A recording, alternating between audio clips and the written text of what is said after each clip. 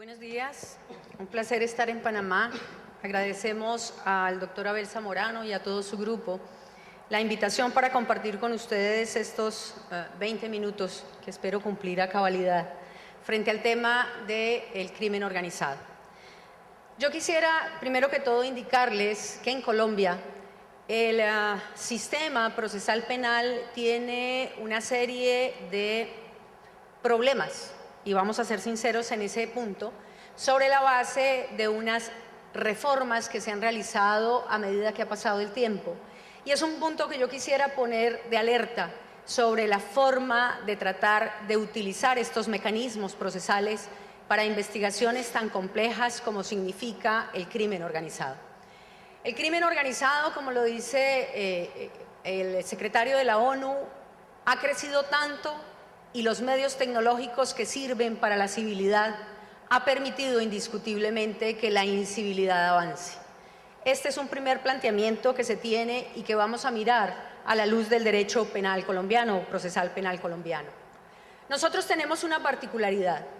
No solamente tenemos dos sistemas procesales coetáneos como lo son la Ley 600 del 2000,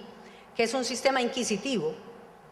sino que también tenemos un modelo adversarial o con tendencia acusatoria, que es la Ley 906, los cuales coetáneamente están trabajando en el medio e imposibilitan también la aplicación de mecanismos que se han traído frente a organizaciones criminales. Ese es un primer problema que empezamos a evidenciar frente a la obvia inconsistencia de los dos sistemas.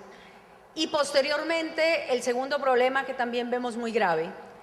es la realidad colombiana frente a los mecanismos de reintegración de los grupos armados al margen de la ley, o como se denominan por la Ley 975, los famosos GAO-1000.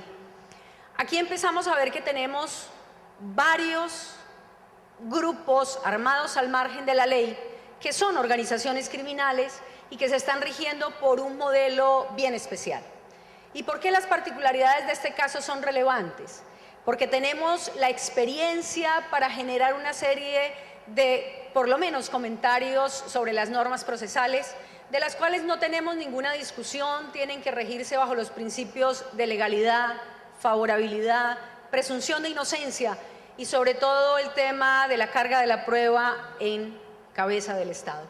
Pero empezamos a ver, por ejemplo, cómo la Ley 975 parte de un supuesto totalmente contrario frente a la investigación, en particular de estos grupos armados al margen de la ley. Y lo decimos porque la Ley 975 trabaja sobre la aceptación voluntaria de la confesión de los grupos armados al margen de la ley. Es decir, parte de su aceptación voluntaria a un régimen procesal de condena en donde renuncia a la prueba confesando sus hechos. Pero la organización criminal tiene en Colombia tanta antigüedad también como la historia colombiana. Llevamos 60 años de grupos armados al margen de la ley y empezamos a ver cómo figuras recientes también empiezan a encontrar problemas en la aplicación del Código de Procedimiento Penal. Miren este segundo aspecto que ya simplemente lo dejamos aquí planteado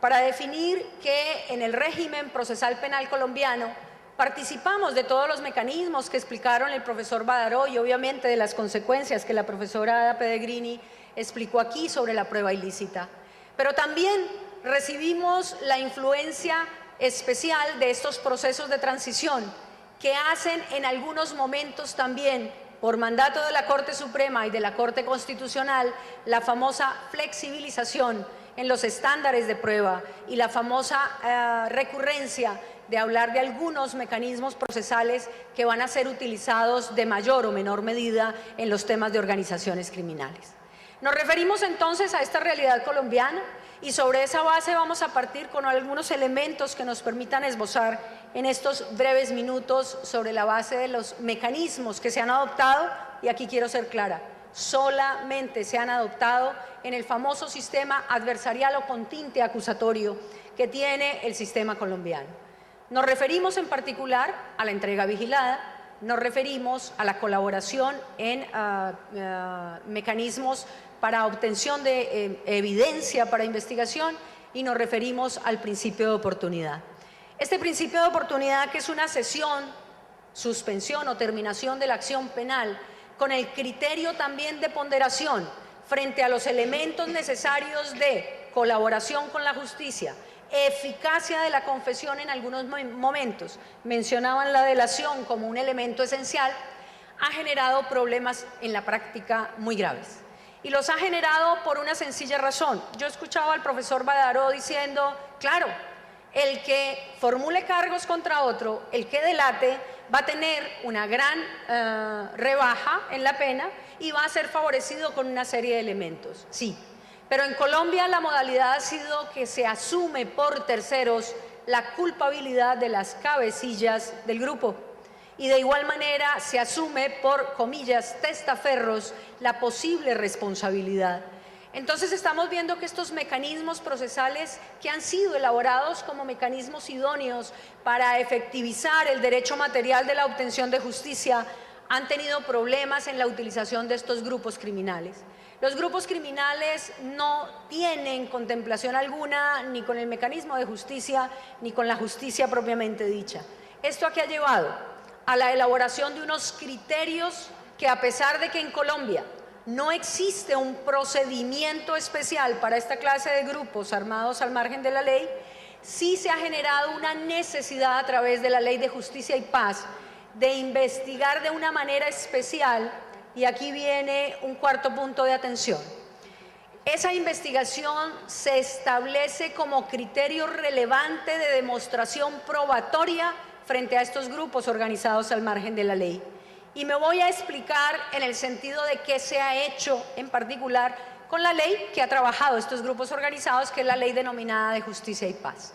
Cuando nosotros iniciamos con la Ley de Justicia y Paz, miren las incongruencias que se presentan ante la legislación de urgencia frente a estos grupos organizados.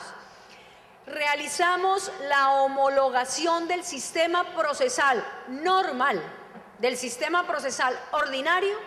ante un procedimiento que era absolutamente extraordinario, como es partir de la confesión y del allanamiento a la Ley de Justicia y Paz. Y sobre esa base utilizamos los mecanismos de carga de la prueba, que es obvio en cabeza de la Fiscalía, pero que en este caso estaba en cabeza del postulado o del allanado de manera inmediata cuando se somete a esta justicia. Aquí empezamos a ver entonces cómo todos estos mecanismos generan una necesidad obligatoria de replantear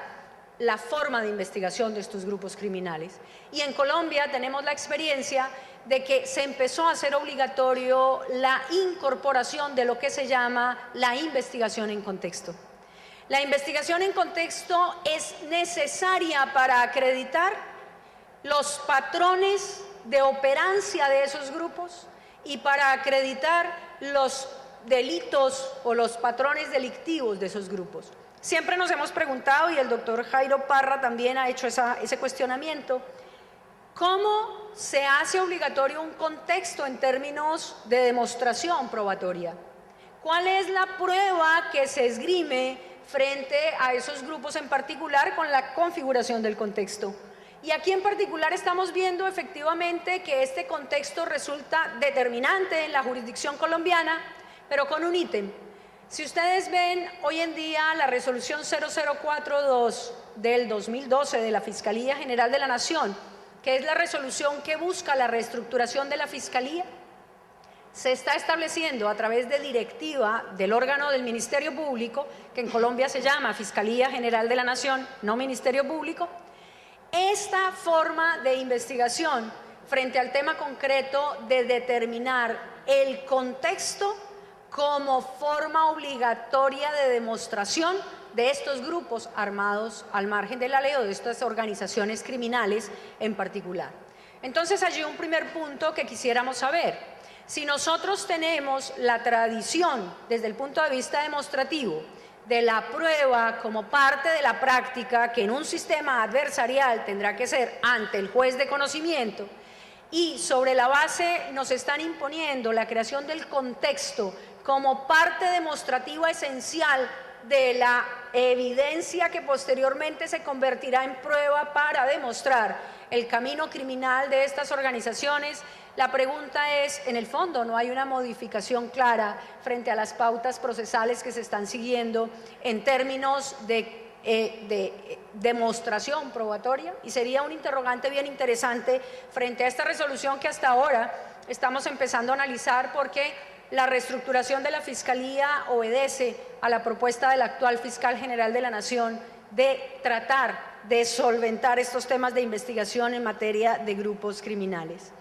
No hay duda que frente a estas circunstancias también hay un fenómeno que nos llama la atención, y es quizás algo que yo quisiera compartir con ustedes porque me inquieta de manera altamente en el tema procesal. Y yo oía al profesor Binder, oía a la profesora Ada, y nos cuestionamos muchas cosas de cómo se está tomando el derecho procesal en Colombia, y creo que en otras latitudes también. El derecho procesal viene a suplir aspectos del Estado que no ha podido contener el Estado de otra manera.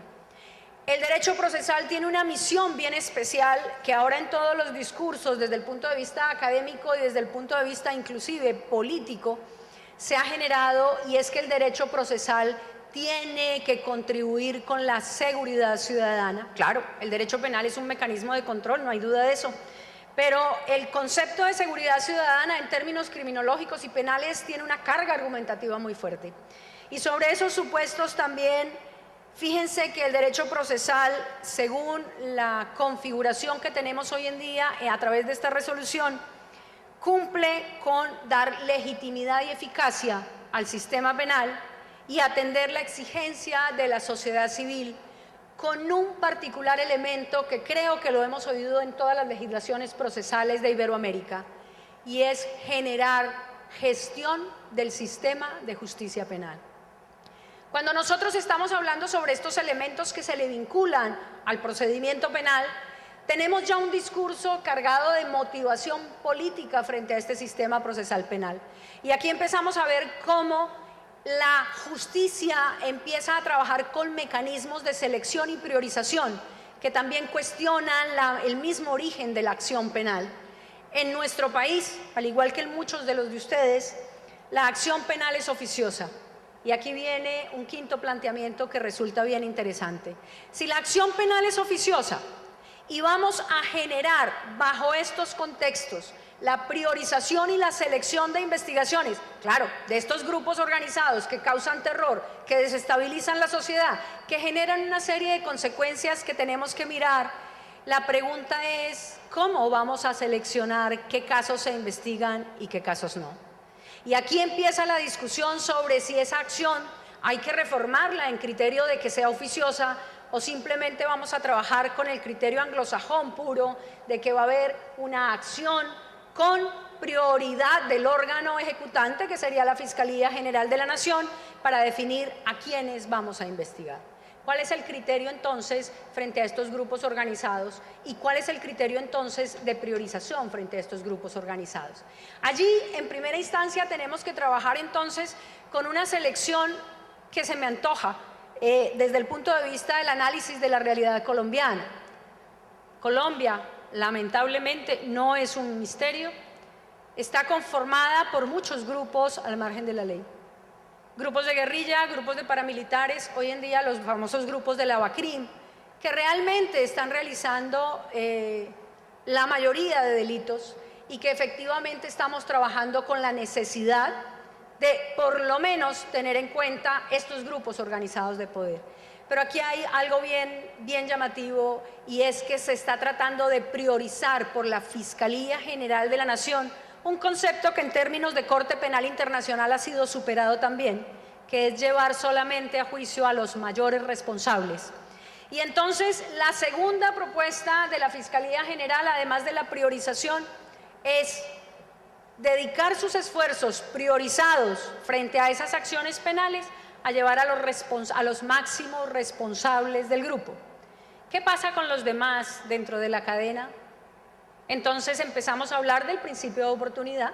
empezamos a hablar de la delación, empezamos a hablar de figuras que significan efectivamente lograr mayores, digamos, reciprocité desde el punto de vista de justicia, pero también empezamos a ver que de ahí hacia abajo la cadena empieza a ser invertida. Y todos los máximos responsables que aparecen como máximos responsables no terminan siendo los máximos responsables. Pero dos, si solo llevamos los máximos responsables, también queda una cadena frente a esa parte de investigación y juzgamiento que diríamos también tendría una obligación en particular. Sobre esa base, entonces, se ha propuesto por la Fiscalía un modelo especial que nos tiene que llamar la atención desde el punto de vista de las figuras procesales que se van a hacer o que van a hacer utilización. Y es que se está proponiendo, a diferencia de la tradición procesal, la acumulación de todas las actuaciones donde estos grupos organizados al margen de la ley hayan sido actores del conflicto y hayan generado los delitos que se están investigando. Siempre hablamos de la investigación y la llamábamos así, la investigación 1 a 1, la famosa unidad procesal y la famosa ruptura de unidad procesal que generaba una serie de consecuencias. La política de la Fiscalía General entonces cambia para hablar de la acumulación de las investigaciones sobre la base de la posibilidad de determinar patrones de delictivos, generar contextos, que es parte integrante de la figura, de la forma como se va a asumir, y finalmente con una, digamos, función o finalidad desde el punto de vista teleológico. Se está enfocando definitivamente el tema de víctima como teleología de la Fiscalía para investigar con la finalidad internacional de buscar la reparación de víctima. Aquí en este tema entonces las organizaciones criminales vamos a decir que van a tener un régimen procesal que se va a manejar dentro de los parámetros de un sistema inquisitivo, un régimen procesal que se va a manejar dentro de unos parámetros del sistema con tendencia acusatoria y un régimen procesal que va a trabajar sobre la especialidad de los grupos organizados con la aplicación de dos leyes que están siendo coetáneas en Colombia,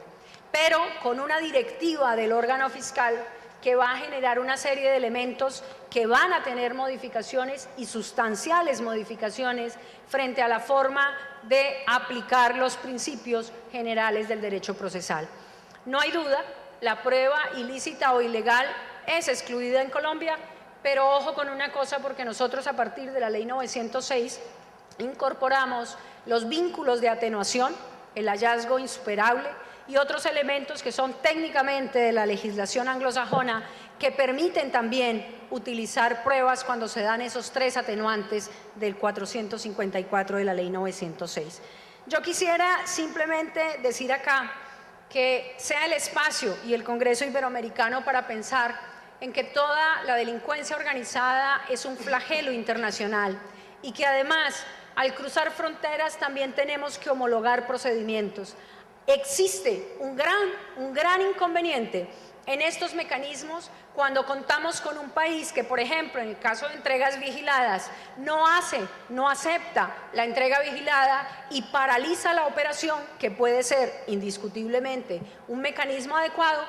por efecto de no compartir la legislación frente a esta entrega vigilada. Igualmente, cuando nosotros hablamos del famoso agente encubierto, tenemos que tener mucho cuidado con los famosos entrampamientos, que en Colombia son efectivamente prohibidos por la Corte Constitucional, porque no se puede justificar la investigación, por más de que sea una organización criminal, a costa de cualquier cosa. Creo que debemos seguir luchando sobre los principios procesales, sobre las ventajas de creer en la defensa, en la presunción de inocencia, pero además también tenemos que ponerle mucha atención a la flexibilización que se está generando en términos de esta investigación de delincuencia organizada para poder tomar un rumbo y un rumbo que permita definitivamente desmantelar de manera real estas organizaciones y cumplir con la función que tiene la justicia penal, que es sancionar sin mirar a quién e imponer la pena correspondiente. Muchas gracias.